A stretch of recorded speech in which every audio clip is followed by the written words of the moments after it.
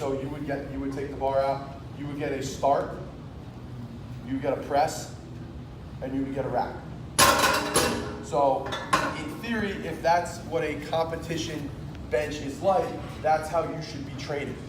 Okay? So you shouldn't just go back.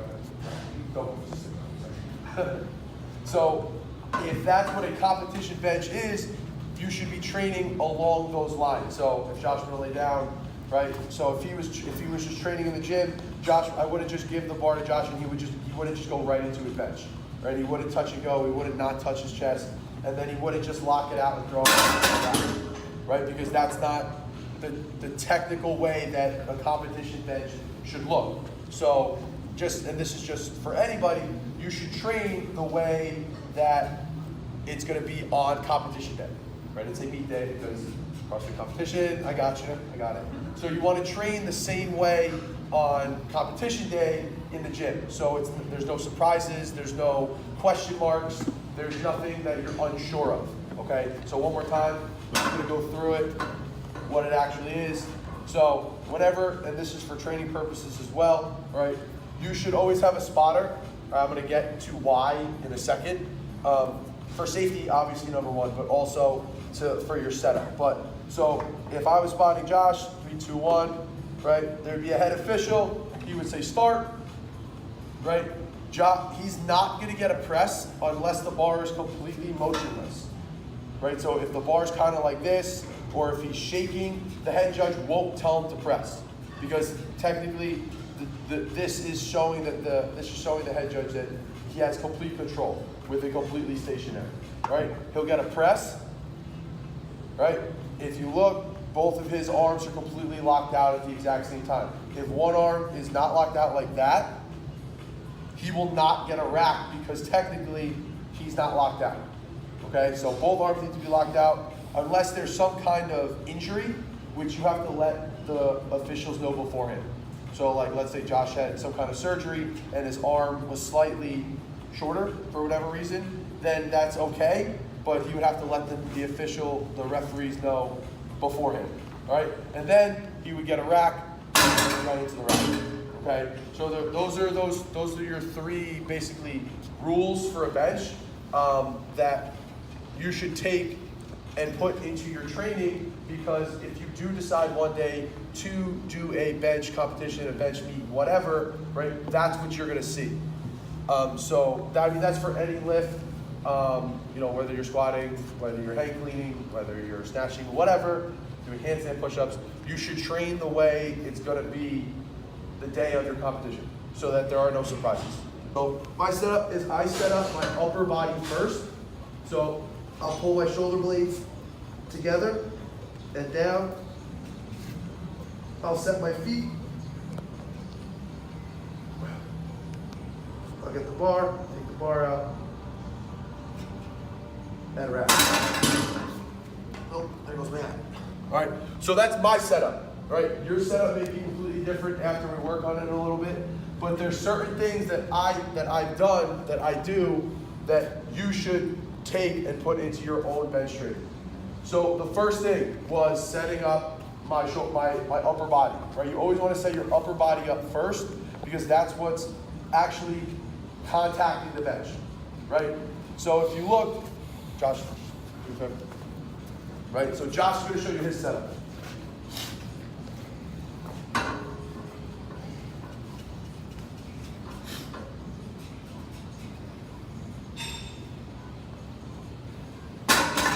Okay, it was two completely different setups, right? But there was a couple things that, whether or not Josh's back was flat, my back was arched, Josh's feet were flat, mine were tucked, right? There was certain things that were the same between the both of us, right? So the first thing was setting up the upper body, right? Upper body needs to be set up. You need to pull your shoulder blades back and down before you even touch the bar. But this is what I did when I first started competing to really work on my arch, is set up around a foam roller. So the only 2 points of contact are my upper back and my butt. and it's the same movement every time, right? If you've never arched before, I would not suggest just picking up this foam roller and trying to arch around it. But that is something that if you're working on your flexibility more and you want to kind of gauge how flexible your hips are, just kind of set up around it and see if your upper back and butt are touching. If they're not touching, that means that you don't have that flexibility yet to have that kind of arch, right? Your body almost molds around it. So if I were to do that again, like this, and I asked Josh to pull out the foam roller, he should be able to, and nothing changes. Right? My body position doesn't move. Right? So that's how you kind of form that arch, that you're kind of just making that range of motion that much smaller. Again, I wouldn't suggest the first time you practice that to bench with the foam roller underneath you, but that is something that you can do later on down the line to feel comfortable being in that position. Any questions with that? I think the biggest issue that people have when they bench, and kind of why I mentioned before that you should have a spot, it's one for safety, but also we spent all that time getting set up with our shoulder blades back and down, right? Kind of decreasing that range of motion, okay? What's the first thing that you see some people do when they take the bar out? Anybody know? They go like this. Now, what has happened? Your shoulders are no longer backing down. Your shoulders are rolled forward, and now you're back to where you started, right? So I do all this. I have my arch, and then I do that. So am I tucked anymore? No. Is my shoulder blades backing down? No. This is what it should look like, and this is where I am. So does everyone see that? That's 3-4 inches more now that I have to travel with the bar. So the reason why I say you should always have a spot is so that you can have somebody give you the bar and still make sure that your shoulders are tucked and back and down, right? So one more time. 1, 2, 3, right? When Josh gave me the bar, Josh didn't do this. He didn't pick it out and give it to me out here. Right? He had a spot and he just guided me out. Does everyone see the difference? If you want to, if it's actually maybe easier to see it from one of the sides. So if you guys want to see it from the side, if it's kind of hard to see from the front.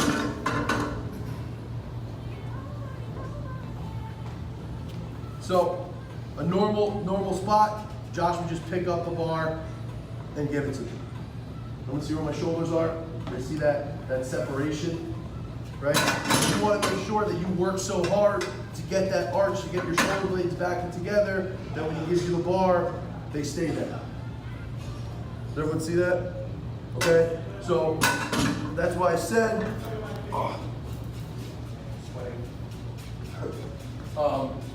it's good to have a spot for those two reasons, because you want to make sure that you're staying in that spot, in that setup, because that's where, one, you're decreasing the range of motion, but two, you're also protecting your shoulders, right?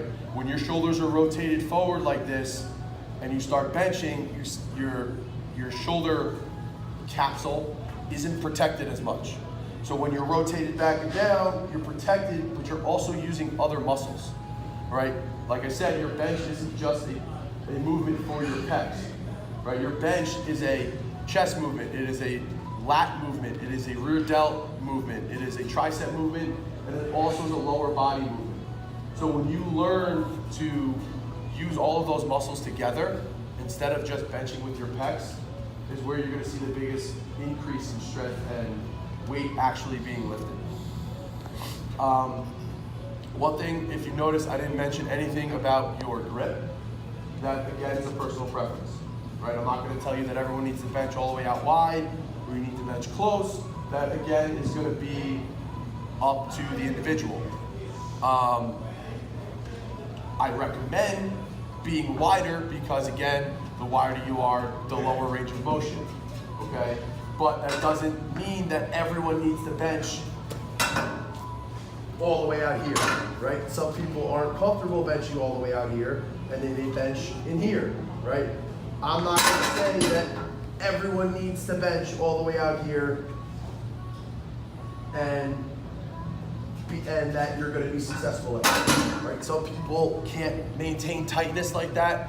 Some people don't have the pec strength to bench that wide or the lat strength to stay tight in that position. So if that's the case, then you move your hands a little bit closer, you start taking a little bit of the stress off your pecs and put it more onto your front delts. All right, again, that's an individual preference. That's good, that you're going to have to work on and see what feels the best for you. There's ways that you can kind of figure that out. You can take a sub-maximal weight, something that you can do for a couple reps, and do a set wide, do a set close, do a set in the middle, and see what feels the best. Again, that's going to be something that you're going to have to work on and work into your individual training. Does that make sense?